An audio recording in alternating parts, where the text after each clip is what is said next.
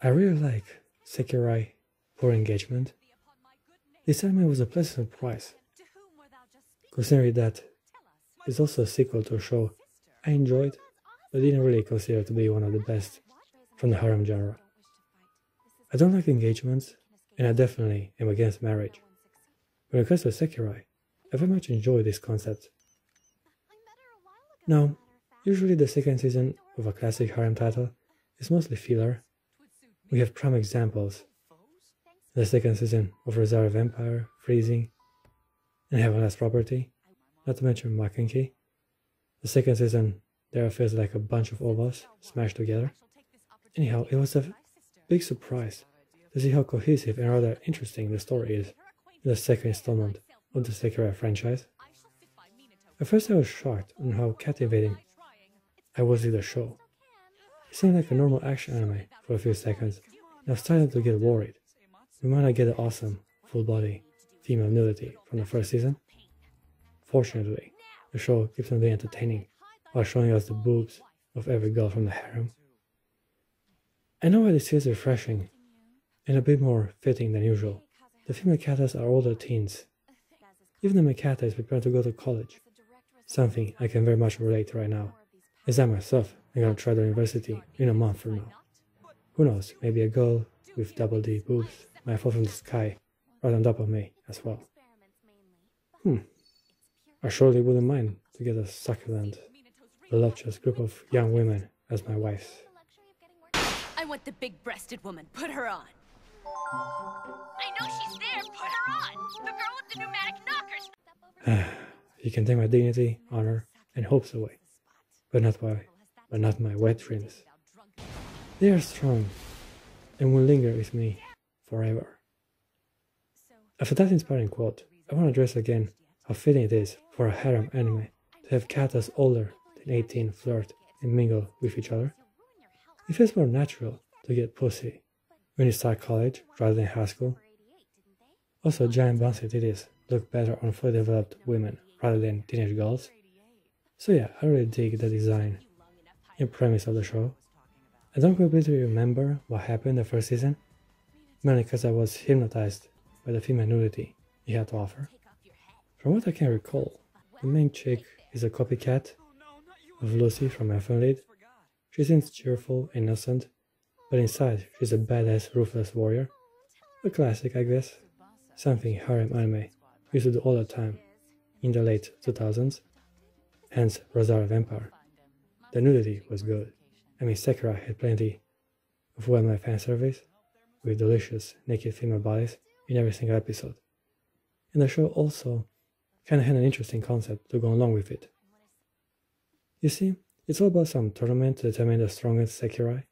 She gets to live with her Ashikabi by the end if she wins the competition. Well, not the most original or innovating narrative, but it's fitting enough for the action to make sense. Oh yeah, forgot to mention, Sekirei are the overpowered, overly stacked, sexy women who fight instead of the frail, insecure boys. Man, I knew being a weak mama boy would pay off eventually. My college harem, here I come. Also, it's pretty funny how the main character has failed his entrance exam, but in reality he's very smart. Studying, huh? Oh yeah, studying. I forgot to study! I haven't been studying at all! He just gets emotional and cannot concentrate. This is exactly what happened to me as well. Sadly, I don't have 5 busty women to cheer me on to motivate me to do well in school. Well, not yet, I guess. Pray for me, fellas. Pray for me.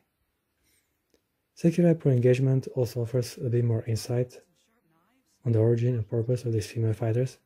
Apparently an island popped out of the ocean and revealed a spaceship with 108 alien life forms that just so happened to look exactly like normal human ladies, except a bit more voluptuous and even more attractive. There are also male Sekirei for some reason. Why would you add guys to the mix? Don't really know or care, as most of them are beautiful young ladies, so it is all good. All that being said, there's not much going on except a tournament organized by some weird mad scientist billionaire. I guess it's fine. It gives purpose for the Sekirei to fight and compete against each other. And yet I would prefer something a bit more grandiose, maybe an alien threat, kinda like freezing. Again, also see a bit of resemblance between this anime and Elfen.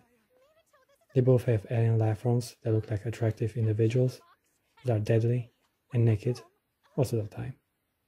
Just saying, as I'm getting back to Sekirei, I have to mention that I really like the girls from the harem.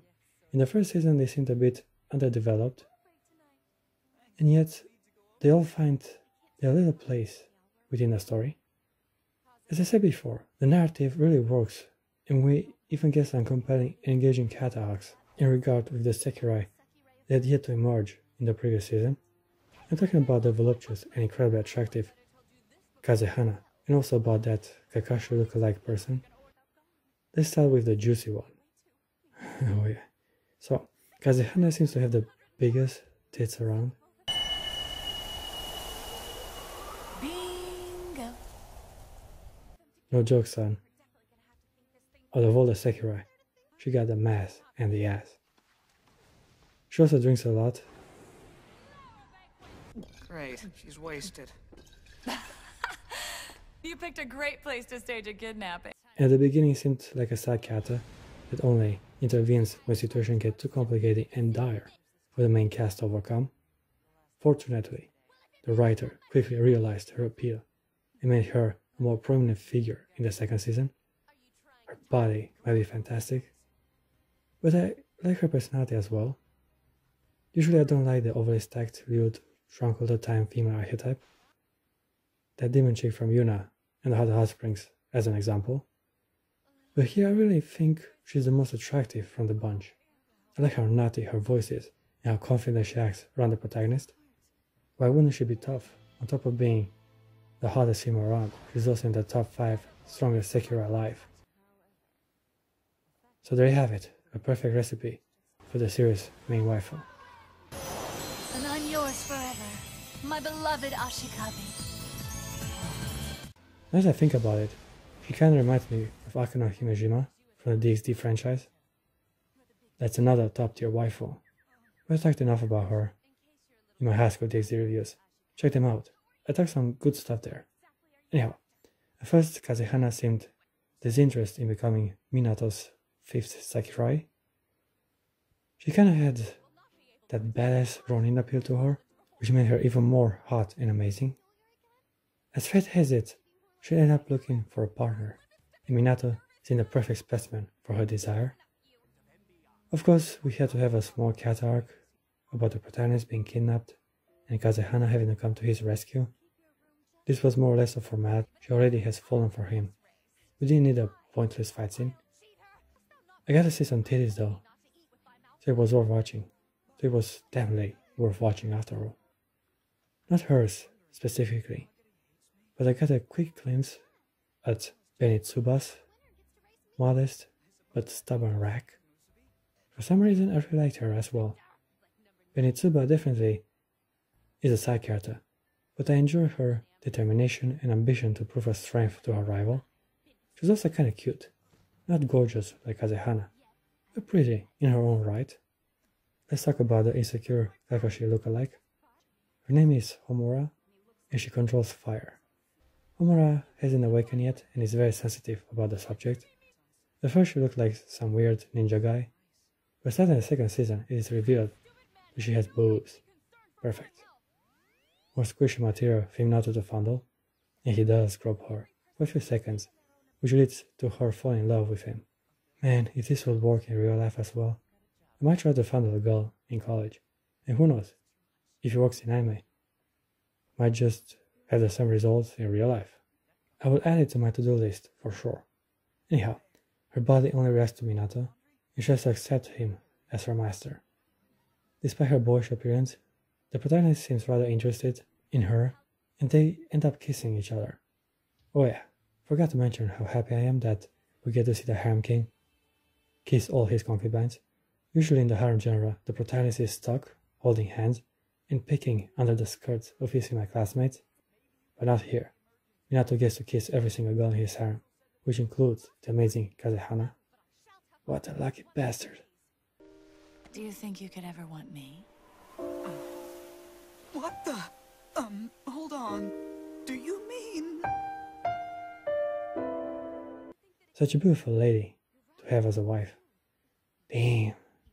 Speaking of wives and big titties, I also have to mention Musubi. She seems to be the main chick in the story. At least that she was in the first season. Now she has less screen time than before. I kinda like the show more like this. I'm all for polygamy, people. More women means more love and happiness for the guy. It's the natural course of nature, I guess. Anyhow, Musubi is cute and cheerful. Reminds me heavily of Moka Kashiya, probably because her voice actress is the same in the dub version. Oh wow, this test looks like it's tough. Uh-oh, it's really hard, huh? Alright guys, I really enjoyed this anime. It was a pleasant surprise to see how well the second season of Sekirei worked both in regard with its katas and overall story. I give Sekirei pure engagement an 8 out of 10.